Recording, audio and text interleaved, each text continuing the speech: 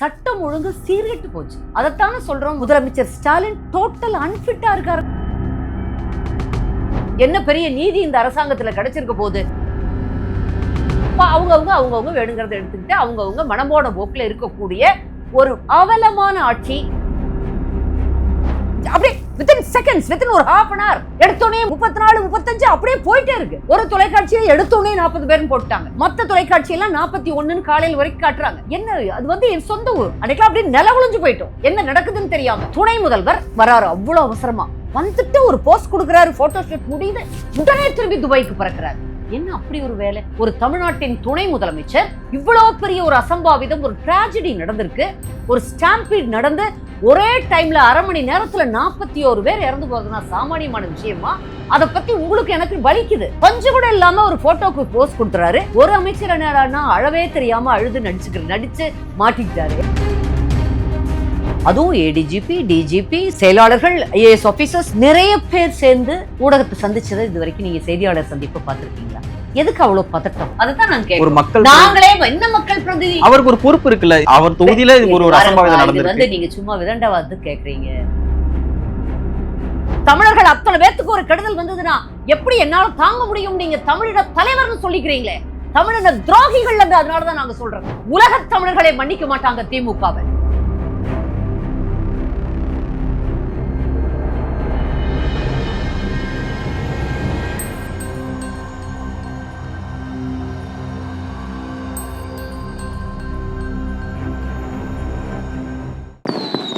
இந்த திவாலிய famous star டூரிசமோட துபாயில கோலாகலமா கொண்டாடுங்க. திவாலி ஆஃபர் வெறும் 24,999 மட்டுமே. இப்பவே ஃபேமஸ் ஸ்டார் டூரிசம் கான்டாக்ட் பண்ணி உங்க சீட்ஸை புக் பண்ணுங்க. பேசு தமிழா பேசு நேயர்களுக்கு வணக்கம். இன்று நம்முடன் இணைந்திருக்கும் சிறப்பு விருந்தினர் அஇஅதிமுகவின் செய்தி தொடர்பாளரும் முன்னாள் செய்தி வாசிப்பாளருமான கலைமாமணி நிர்மலா பெரியசாமி அவர்கள். வணக்கம் மேம். வணக்கம் துவாரகி செல்வன். இப்ப சமீபத்துல பார்த்தோம்னா திருவண்ணாமலையில ஒரு 2 காவலர்கள் பெண் கிட்ட தவறா நடந்துகிட்டதா ஒரு செய்தி வருதை பார்க்க முடியுது. ஸோ இந்த தாவேக்காவுடைய அந்த பிரச்சனைகள் நடந்துகிட்டு இருக்க சமயத்திலேயே இந்த பிரச்சனையுமே உலா வரதை பார்க்க முடியுது. அரசு சார்பு கிட்டத்தட்ட உள்துறை அமைச்சகம் சிஎம் கையில தான் இருக்கு. அவர் துறை வச்சிருக்க காவலர்கள் தான் இந்த தவறு செய்யறாங்க. இது அப்படியே ஊடகங்கள் எல்லாருமே கடந்து போறதை எப்படி பாக்குறீங்க? ஒரு பெண்ணுக்கு நடந்த துயரத்தை கூட இங்க நிறைய ஊடகங்கள் பற்றி அதை பற்றி பேசல அப்படிங்கிறத எப்படி பாக்குறீங்க ஒரு கட்டம்? அதாவது நாங்க தொடர்ந்து அதிமுகவில் எங்கள் பொதுச் செயலாளர் அண்ணன் எடப்பாடியாரும் சரி, எங்களை போன்றவர்களும் சரி, திரும்ப திரும்ப நாங்க சொல்லிட்டு இருக்கிறது இதைத்தான். பெண்களுக்கு எதிரான குற்றங்கள் மிக அதிகமாயிடுச்சு. சட்டம் ஒழுங்கு சீர்கெட்டு போச்சு. அதைத்தானே சொல்றோம். முதலமைச்சர் ஸ்டாலின் டோட்டல் அன்பிட்டா இருக்காருங்கிறதான் நாங்க சொல்லிட்டே இருக்கோம் தொடர்ந்து. அதாவது சட்டம் ஒழுங்கு யார் வச்சிருக்கா? நீங்களே சொன்ன மாதிரி முதலமைச்சர் வச்சிருக்காரு. முதலமைச்சர் கையில யார் தலைவனோ அவங்கள தானே கேட்போம். இதே அதிமுக ஆட்சி அம்மா காலத்திலயும் சரி, அண்ணன் எடப்பாடியார் காலத்திலும் சரி, இவ்வளவு சீர்குலைஞ்சிருந்ததை பாத்தீங்களா? பெண்களுக்கு எதிரான பாலியல் குற்றங்கள்ங்கிறது தினமும் இத கேட்பாரே இல்ல. இங்க திருவண்ணாமலையில அது எப்படி நடந்திருக்கு? 2 பெண்கள், இளம்பெண்கள் திருவண்ணாமலை கோயிலை பார்க்கணும், அருணாச்சலேஸ்வரரை தரிசனம் பண்ணணும்னு ஆசைப்பட்டிருக்காங்க. அதுக்காக அவங்க கிட்ட பெரிய பணம் இல்லை. ஏதோ ஒரு வண்டியில, அதாவது லோடு ஏற்றிட்டு வர்ற ஒரு சிறு லாரியில வந்திருக்காங்க. வந்தப்போ இவங்க இந்த 2 காவலர்களும் பார்த்து நடுவழியில நிறுத்தி அந்த டிரைவரையும் மிரட்டி, நாங்க பார்த்துக்கிறோம், நீ போன்னு சொல்லி அவங்கள அனுப்பிச்சிட்டு, அதற்கு பிறகு இந்த பெண்களை மிரட்டுறதா விசாரணை பண்ற மாதிரி விசாரணை பண்ணி ரேப் பண்ணியிருக்காங்க. ஆனா அரசு சார்பில் என்ன விளக்கம் கொடுக்குறாங்க அப்படின்னா, நாங்க உடனே அவங்கள பணி நீக்கம் பண்ணிட்டோம் அப்படிங்கிற ஒரு விளக்கத்தை கொடுக்குறாங்க. ஸோ இந்த விளக்கம் அப்படிங்கிறது சரியான ஒரு இதா இருக்கு, ஏத்துக்க முடியும்? கடுமையான குற்றங்களுக்கு, பெண்களுக்கு எதிரான பாலியல் குற்றங்கள் மிக கடுமையான குற்றம். இதுல நான் என்ன சொல்ல வர்றேன்னா, ஒரு பெண்ணுக்கு பஸ்ல போறப்ப ஒருத்தன் தேவையில்லாம இடிச்சால் கூட அது அப்படியே நினைக்கிறப்பெல்லாம் ஒரு ஆத்திரமா இருக்கும். தனக்கு பிடிக்காத ஒரு ஆண் தன்னை தன் கணவனாக இருந்தாலும் கூட அவன் தொடுவதை கூட ஒரு பெண் விரும்ப மாட்டான். அதை விட அதுவும் இந்த பாலியல் வன்புணர்வுங்கிறது அதை விட ஒரு கொடுமை, ஒரு மனோரீதியான சித்திரவதை ஒரு பெண்ணுக்கு வேற எதுவுமே இருக்க முடியாது. வாழ்நாள் முழுக்க அந்த ஒரு துயரம், அந்த ஒரு வெறுப்பு அவள் மனதை அப்படியே அலக்கடிச்சுக்கிட்டு இருக்கும்னு தான் தோணுது. நிறைய உளவியல் ரீதியா நிறைய படிச்சு பார்க்குறப்போ இதைத்தான் எல்லாருமே சொல்றாங்க. அப்படிங்கிறப்போ எந்த பெண்ணுமே ஏற்றுக்கொள்ள முடியாத, தாங்க முடியாத ஒரு சித்திரவதை இளம் பெண்களுக்கு, 2-3 வயது குழந்தைகளை எல்லாம் பாலியல் பலாத்காரம் பண்றாங்க இந்த ஆட்சியில. நிறைய பாக்குறோம். 3 வயதிலிருந்து 80 வயது பாட்டி வரை அந்த 3 வயது 10 வயது 9 வயது குழந்தைகளை எல்லாம் அப்படி இல்லை, எந்த வயதா இருக்கட்டும் பண்ணிட்டா அது அப்படியே அவங்க எப்படி வளருவாங்க, அவங்க மன ஆரோக்கியம் எந்த அளவுக்கு கெட்டு போகும். அவர்கள் சாதாரண பிரஜைகளாக நடமாடவே முடியாது. ஒரு குடிமக்களாக உள்ளுக்குள்ள ஒரு பெயினோடயே இருப்பாங்க. இது வந்து சாதாரண குற்றம் அல்ல. இல்ல இதுல அரசு என்ன செஞ்சிட முடியும் அப்படிங்கிற ஒரு கேள்வி எழுப்புறாங்கல்ல. அதாவது கிட்டத்தட்ட இங்க இருக்கக்கூடிய 1,00,000 காவலர்கள் தான் இங்க மொத்தமாவே தமிழ்நாடு முழுவதும் இருக்காங்க. சோ அவங்களால போய் ஒரு இண்டிவிஜுவலா எல்லாருக்குமே போய் தனிப்பட்ட பாதுகாப்பு வழங்க முடியாது. அரசு இதுல என்ன செஞ்சிட முடியும்? இண்டிவிஜுவலா வழங்க முடியாதுங்கிறத நான் ஏத்துக்கிறேன். ஆனால் இரும்பு கரம் கொண்டு அடக்குவதுன்னு சொல்லுவோம். எப்படி அதிமுக ஆட்சியில தொடர்ந்து மக்கள் பாதுகாப்பா இருந்தாங்க, பெண்கள் பாதுகாப்பா இருந்தாங்க, சட்டம் ஒழுங்கு எவ்வளவு தூரம் சரியா இருந்தது. அதிமுக ஆட்சி வந்தாலே இந்த ரவுடியிசம் கட்டுப்படுத்தப்பட்டது. ரவுடிகள் எல்லாம் வெளி மாநிலத்துக்கு போயிருவாங்கன்னு சொல்லுவாங்க. அதே திமுக ஆட்சி வந்த உடனே வெளியில போயிருக்கவங்க எல்லாம் உள்ள வந்துருவாங்கன்னு எல்லா பத்திரிகைகளும் நீங்க பாரம்பரியமா படிச்சிருப்பீங்க. நான் படிச்சிருக்கேன் நிறைய. அப்படித்தான் ஒரு அது உண்மை என்னும் விதமாகத்தான் இப்ப நடந்துட்டு இருக்கு. இப்ப அரசு கட்டுப்படுத்தணும். துறையை கையில் வைத்திருக்கக்கூடிய அந்த உயர் பதவியில் இருக்கக்கூடிய அதிகாரிகளும் அவர்களுக்கு முழு சுதந்திரம் வழங்கி அவர்களை வேலை வாங்கக்கூடிய தகுதியில் முதலமைச்சரும் இருக்கணும். இல்லைன்னா பதவி விலகுங்க. உங்களுக்கு எதுக்கு? இப்ப வர்றப்ப பார்த்தேன், இப்ப நம்ம இன்டர்வியூ ஆரம்பிக்கிறதுக்கு முன்னாடி முதலமைச்சர் அவர்கள் ஏதோ பேசிட்டு இருக்காரு, ஏதோ நிகழ்ச்சியில, நேற்றைய நிகழ்ச்சியா இப்ப காலையில லைவான்னு நான் பார்க்கல, கணவர் பார்த்துக்கிட்டு இருந்தாங்க, என் காதுல விழுந்தது. எனக்கு வந்து வர வர திமுக காரர்கள் யாரும் பேசுறத கேட்கறது கூட, அதுவும் அவங்க அடிக்கிற பொய்ய விடுற வாய்ச்சவடால்களை மக்களை கொஞ்சம் கூட ஒரு நினைக்காம இவங்க வாட்டுக்கு எதேச்சாதிகாரமா அவங்க போக்கு சுத்தமா பிடிக்கிறது இல்லை. அதையும் மீறி ஒரு காதில் விழுந்தது. முதலமைச்சர் பேசிக்கொண்டிருக்கிறார். இது வந்து எல்லாரும் கையில மைக்க புடிச்சுக்கிட்டு, எதிர்கட்சி மைக்க புடிச்சுக்கிட்டு அவங்க வாட்டுக்கு பேசுறாங்களாம், பேச விடுறாங்களாம். நீங்க என்ன பண்றீங்க? அதே மைக்கத்தானே பிடிச்சு பேசி பொய்யவே பேசி இன்னைக்கு ஆட்சி அதிகாரத்துல உட்கார்ந்து எந்த ஒரு சம்பவத்தையுமே இங்க உள்ள எதிர்க்கட்சிகள் ஒரு அரசியலாக்குறாங்க அப்படிங்கிற ஒரு விஷயத்த சொல்றாரு முதலமைச்சர். வந்து உங்களுக்கே நல்லா இருக்கா கேக்குறதுக்கு? அரசியல் எதிர்க்கட்சிகள் அரசியல் தான் செய்யும். பின்ன என்ன அவியலா பண்ண வந்திருக்கோம்? நாங்க அவியல் பண்றதுக்கு அங்க இருக்கிறோம். இப்படித்தானே கேட்டாரு போன தடவை. அதை நாங்களும் கேட்போம்ல. அதுவும் நாங்கள் வந்து உங்களை மாதிரி அழிச்சாட்டியமான அரசியல் செய்வதில்லை. நாங்கள் கண்ணியமான மிக கௌரவமான அரசியலை எங்கள் கட்சி, எங்கள் பொதுச் செயலாளர் அண்ணன் EPS தலைமையில அவ்வளவு அழகா பண்ணிட்டு இருக்குது. எல்லாத்தையும் ஒரு நேர்மையாக ஒரு வெள்ளை அறிக்கை கொடுங்க. இதற்கான பிரச்சனை இருக்கே, சரி வெளிநாடு போனேன்னு சொன்னீங்களே, ஒரு என்னென்ன முதலீடுகளை ஈர்த்தீங்க, வெள்ளை அறிக்கையா கொடுங்கன்னு சொன்னா ஒரு வெள்ளை பேப்பர் எடுத்து காட்டுற ஒரு மகா மேதாவி எல்லாம் ஒரு அமைச்சர்களாக வைத்துக் கொண்டிருக்கிறார் முதலமைச்சர் ஸ்டாலின் அவர்கள். இதுல போய் உங்களுக்கு வந்து என்ன கேட்காம இன்னொன்னு சொல்றாரு. வெள்ளை அறிக்கை கொடுத்தீங்க அப்படிங்கிற கேள்வி எழுப்புறாரு. டிஆர்பி ராஜா தான் எல்லாம் தான் சொன்னோம். நாங்க எல்லாம் தான் என்ன உரிய நேரத்தில் உரியதை செய்து கொண்டுதான் இருப்போம். நீங்க எதிர்கட்சியா இருக்கப்ப கேக்குறீங்கல்ல, எங்களுக்கும் கேட்க ரைட் இருக்குல்ல, எதுவுமே பேசக்கூடாது. இப்ப என்ன பிரச்சனைனா அவங்களுக்கு எல்லா ஊடகங்களையுமே தங்கள் ஊதுகுழலாக வைத்துக் கொண்டிருக்கிறார்கள். அதையும் மீறி இப்ப சில சமயம் அவர்கள் சார்புடைய ஊதுகுழல்களே கொஞ்சம் எதிரா பேச வேண்டிய நிர்பந்தத்தில் பேச ஆரம்பித்திருக்கிறார்கள். நிறைய பத்திரிகைகளை இப்ப கொஞ்சம் கொஞ்சமா எழுத ஆரம்பிச்சுட்டாங்க, எல்லாம் முடியாம. இதை வந்து அவரால் தாங்கிக்க முடியல. எனக்கு எதிராக ஒருத்தர் பேசுறதா, அதுதான் மன்னராட்சி மனப்பான்மை, அதுதான் நம்ம வேண்டாம்னு சொல்றோம். இந்த ஊடகங்கள் குறித்தான ஒரு கேள்விதான். அதாவது இந்த பெண்ணுக்கு நடந்த இந்த கொடூரத்தை பற்றி பெரிதளவுல எந்த ஊடகங்களுமே விவாதமோ அதை பற்றியான பெரிய பேச்சுக்களோ எழுல. ஸோ ஒரு கிட்டத்தட்ட ஒரு உள்துறை அமைச்சகத்தை கையில் வச்சிருக்காரு, காவல்துறை சார்பிலே இது நடந்திருக்கு. அப்படிங்கிறப்போ ஏன் இந்த ஊடகங்கள் இதை பேச மறுக்குது அப்படிங்கிற கேள்விதான். இல்ல, இதை போய் நான் என்னன்னு சொல்றது, ஊடகங்கள் ஏன் பேச மறுக்குது? ஒண்ணு வருமானம், இன்னொன்று பயம். இந்த ரெண்டுலயும் இந்த ரெண்டு தான் இருக்கணும். ஏன்னா இங்க இருக்கிற பெரும்பான்மையான ஊடகங்கள் ஏதோ திமுக சார், ஒண்ணு வருமானம், ஆளுங்கட்சியினால் கிடைக்கக்கூடிய பல வகையான வருமானங்கள் ஒரு ஊடகம் நடத்துறதுக்கு அது தேவை, அது காரணமாக இருக்கலாம். ரெண்டாவது, ஆளுங்கட்சியை பகிச்சு கூடாதுங்கிற ஒரு எச்சரிக்கை உணர்வு. இல்ல அதுக்கும் மேல யாராவது குரல் எழுப்புனா அவர்கள் குரல் வழி நசுக்கப்பட்டு அந்த ஒரு பயம். திமுகவுடைய முழு தவறுகளையும், அது 50% இருந்தா கூட போதும், ஒரு பாதி தவறுகளை ஊடகங்கள் வெளிக்காட்டினால் கூட இன்னைக்கு இவ்வளவு வாய் பேச முடியாது. நீங்க வந்து ஒரு தெய்வ செயல்னு ஒரு திமுக நிர்வாகி தன்னுடைய மனைவின்னு சொல்லிட்டு அந்த பொண்ணையே ஒரு பெரிய அந்த பொண்ணு சொல்லிச்சு, ஞாபகம் இருக்கா?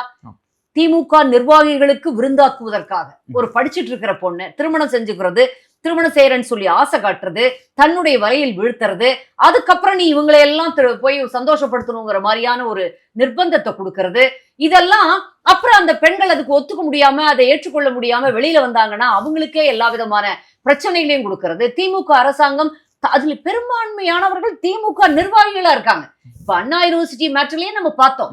அவ்வளவு பெரிய பற்றி அறியக்கூடிய ஒரு பிரச்சனையில இந்த அரசாங்கம் என்ன நடவடிக்கை எடுத்தது? பாவம் எங்கேயோ ஆந்திரால இருந்து வந்த 2 பெண் குழந்தைகளுக்கு என்ன பெரிய நீதி இந்த அரசாங்கத்துல கிடைச்சிருக்க போகுது.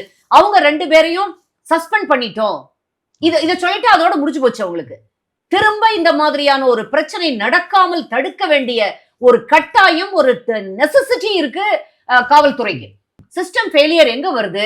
முதல்ல அதை கையில் வைத்திருக்கக்கூடிய தலைவர்கள் சரியா இருந்தா தான், தலைமை கரெக்டா இருந்தா டவுன் த லைன் எல்லாரும் கரெக்டா இருப்பாங்க. தலைமை சரியில்லை, தலைமை எதை பத்தியும் கவலைப்படல, தலைமைக்கு அந்த அளவுக்கு கேட்கறதுக்கு ஒரு தெம்போ திராணியோ அறிவோ எதுவும் இல்லை அப்படிங்கிறப்ப எல்லாரும் லெத்தார்ஜிக் ஆயிடுவாங்க. அப்புறம் அவங்க பணம் மட்டுமே மேல இருக்கவங்களுக்கு முக்கியம், பணத்தை சம்பாதிச்சு கொடுத்தா போதும் அப்படிங்கிறப்ப எல்லாரும் சொல்லுவாங்கல்ல, வயலுக்கு பாயிரப்போ வரப்புக்கு கொஞ்சம் பாயும். அவங்கவுங்க வேணுங்கிறத எடுத்துக்கிட்டு அவங்கவுங்க மனம்போன போக்குல இருக்கக்கூடிய ஒரு அவலமான ஆட்சி இப்போது நடந்து கொண்டு இருக்கிற திமுக ஆட்சி.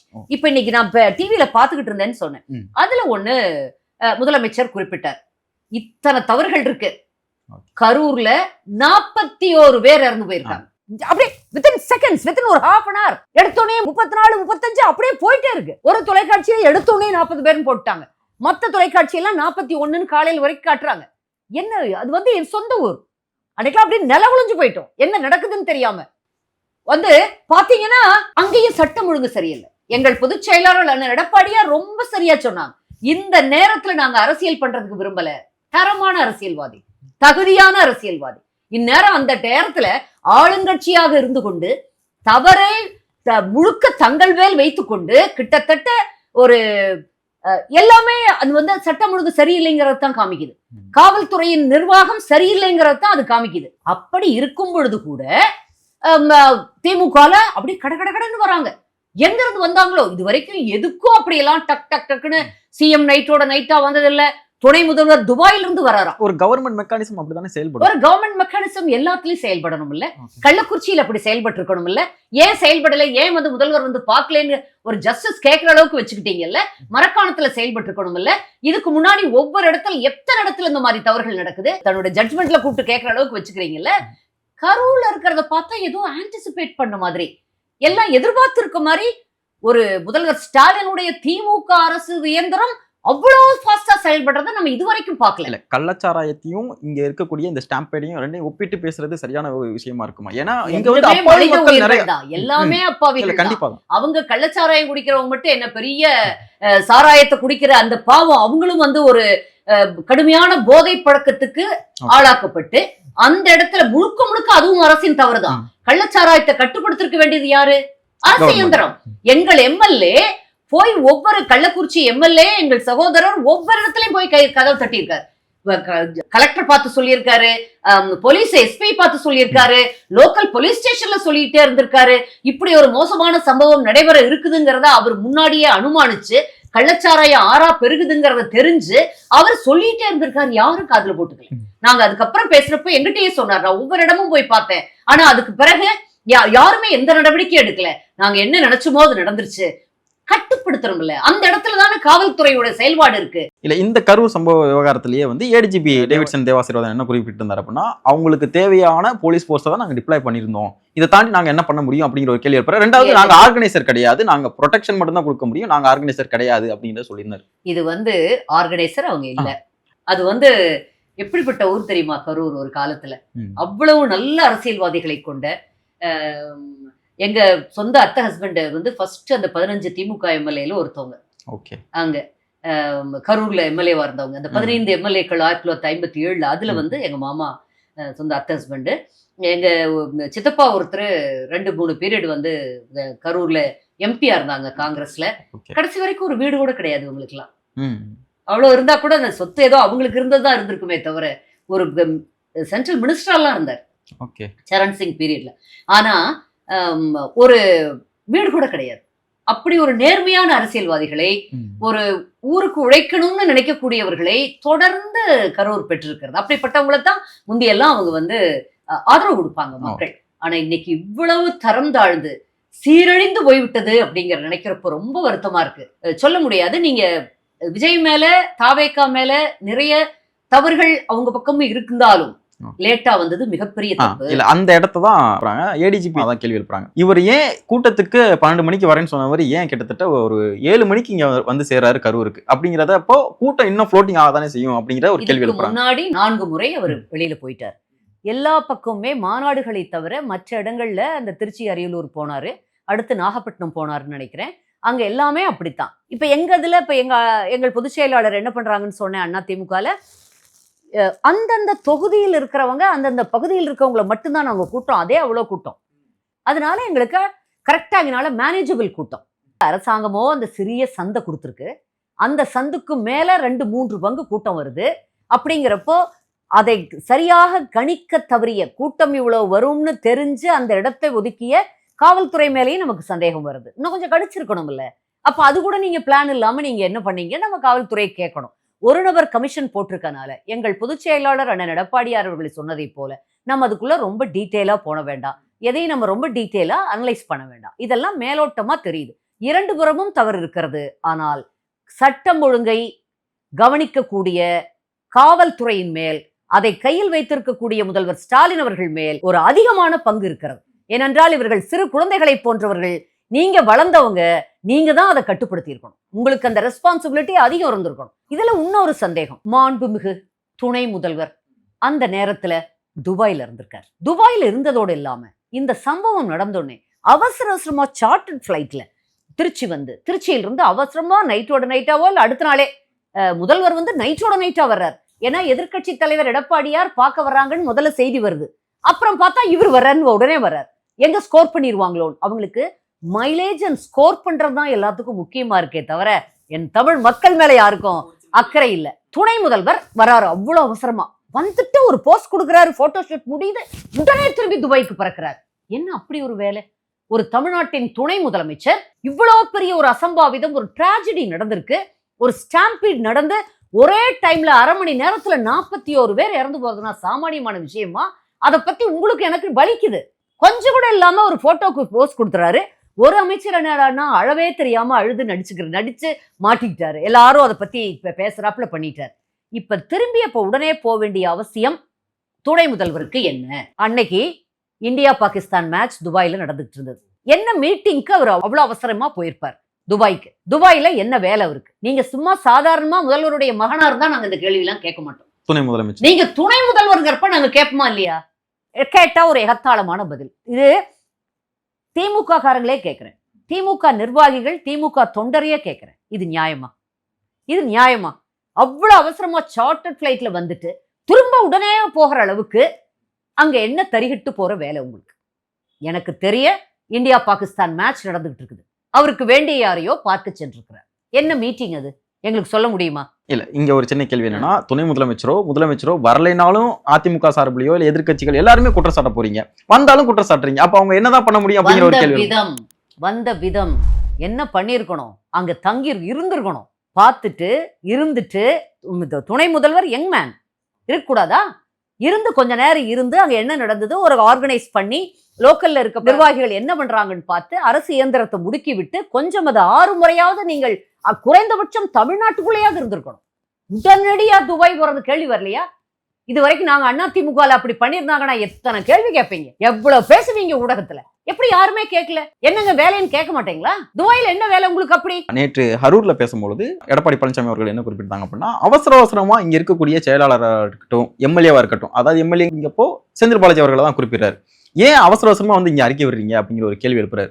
சோ அவங்க தானே அறிக்கை விட முடியும், அதிகாரிகள் தானே சொல்ல முடியும். இது வரைக்கும் எங்கேயாவது வந்து இப்படி அரசு துறை செயலாளர்கள் எல்லாம் இப்படி வந்து பேசுறதை கேட்டிருக்கீங்களா? ரொம்ப ரேர், ரொம்ப அரிதாத்தான் வருவாங்க. இது வரைக்கும் அதுவும் ஏடிஜிபி, டிஜிபி, செயலாளர்கள், ஐஏஎஸ் ஆபீசர்ஸ் நிறைய பேர் சேர்ந்து ஊடகத்தை சந்திச்சதை இது வரைக்கும் நீங்க செய்தியாளர் சந்திப்பை பார்த்திருக்கீங்களா? எதுக்கு அவ்வளவு பதட்டம்? அந்த பதட்டம் நிறைய நம்மளுக்கு சந்தேகங்களை உருவாக்கும் இல்லையா? அதுவும் திமுக அரசு ஏதாவது இப்படி ஒரு காரியம் பண்ணாங்கன்னா அதுல 1008 உள் விஷயம் இருக்கும். அவங்களுடைய அரசியல் புரிஞ்சவங்களுக்கு எல்லாருக்கும் புரியும். அவங்க அரசியல் எப்படி பண்ணுவாங்கங்கிறது இங்க எல்லாருக்கும் தெரியும். மக்களுக்கு வெட்ட வெளிச்சம் ஆயிடுச்சு. நீங்க என்ன பண்ணாலும் இப்போ ஒரு நபர் ஆணையம் உடனுக்குடனே அறிவிச்சிங்க. அதே எல்லாத்துக்கும் ஷாக்கா இருந்தது. எதுக்கு இவ்வளோ வேகமா? ஏன்னா நார்மலா எல்லாரும் கேட்டு விசாரணை ஆணையம் வேணும்னு கேட்டு அப்புறம் தான் பண்ணுவாங்க. இது எல்லாம் இரவோடு இரவா அடுத்த நாளுக்குள்ள கடன்னு வேலைகள் நடக்குது. ஒரு நபர் கமிஷன் ஜஸ்டிஸ் அருணா ஜெகதீசன் வந்துட்டாங்க. அவங்களும் உடனே கிளம்பி வந்து விசாரணை பண்ணிட்டு இருக்காங்க.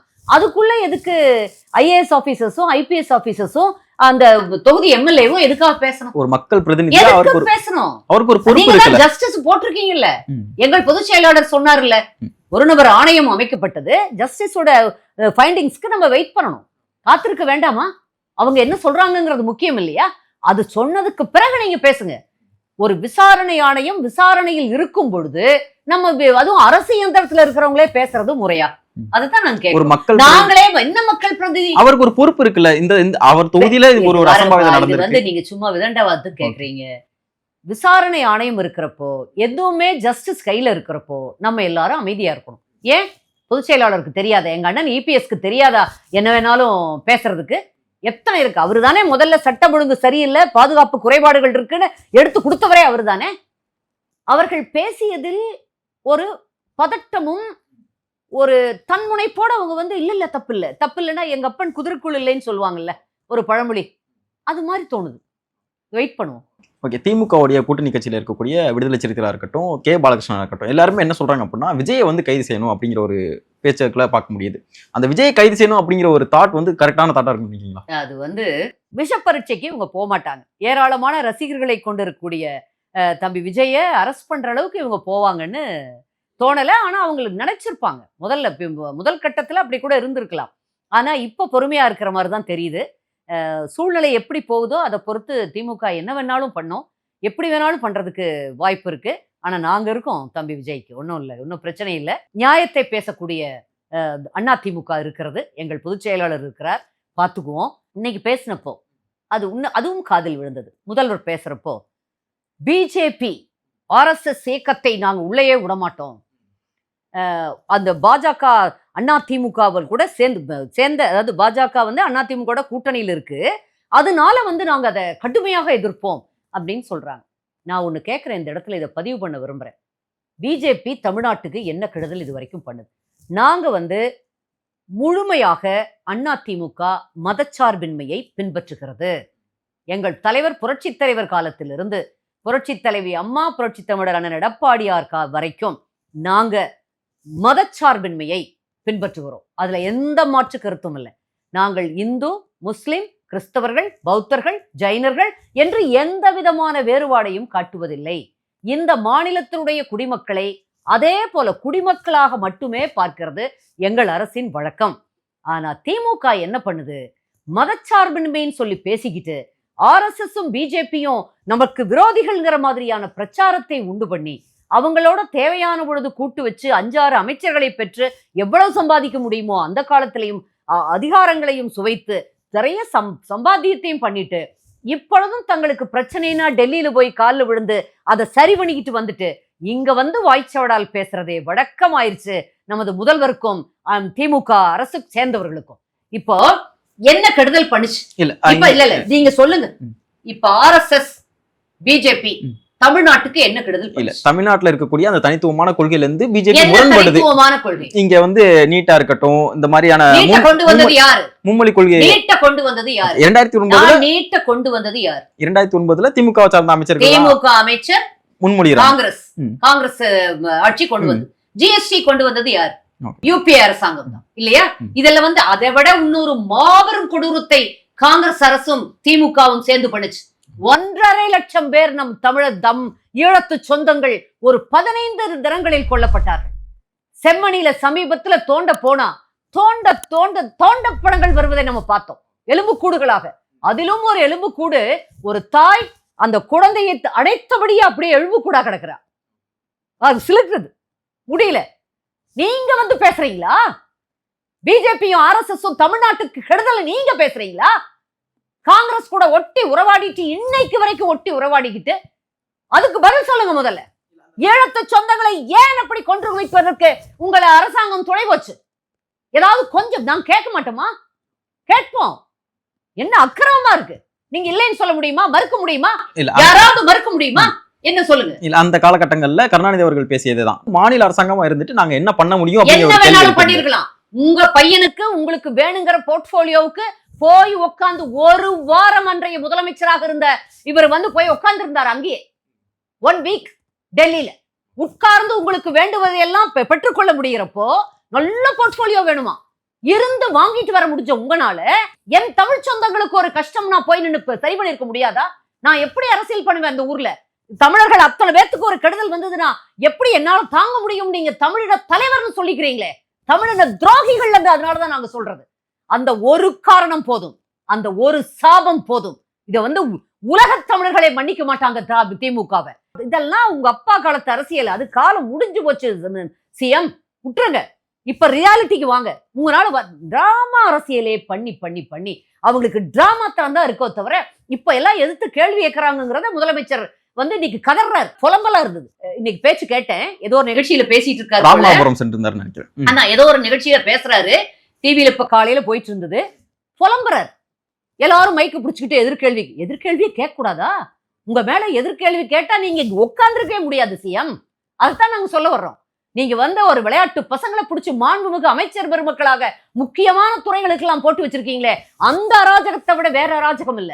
தமிழ்நாட்டுல எல்லாரும் நல்லவங்க, தமிழர்கள் அத்துணை பேரும் பொறுமைசாலிகள், உங்களை பார்த்துக்கிட்டே இருக்காங்க. ஆனா அந்த நேரம் வர்றப்போ உரிய நேரத்தில் உரிய தண்டனையை உங்களுக்கு கொடுப்பாங்க. 10 வருஷத்துல திருந்தி இருப்பீங்கன்னு நினைச்சு ஓட்டு போட்டாங்க.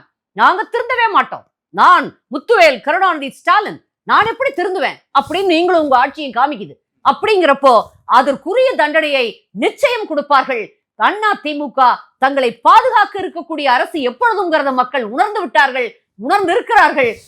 நிச்சயமா தெரியும். 2026 மே மாதம் நீங்கள் வீட்டுக்கு அனுப்பப்படும் பொழுது, எங்கள் புரட்சி தமிழர் எடப்பாடியார் வந்து முதலமைச்சர் நாற்காலியில் அமரும் பொழுது தெரியும். அதை ஒன்ன தவிர தமிழ்நாட்டுக்கு விடுவு காலம் வேற எதுவுமே கிடையாது. துணை முதல்வர் அவர் அந்த பையன்னு தான் வருதுப்பா. I am sorry to say this.